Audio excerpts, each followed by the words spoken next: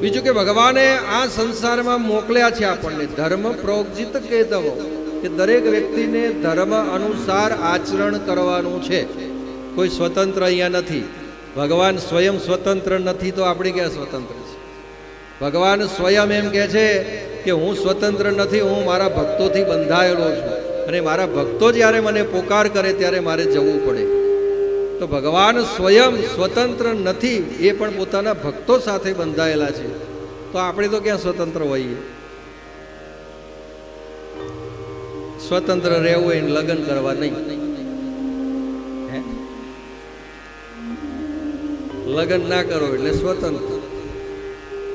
પણ સામે બધું ચાય જાતે બનાવવી પડે, કપડાં જાતે ધોવા પડે, આ બધું કરવું પડે.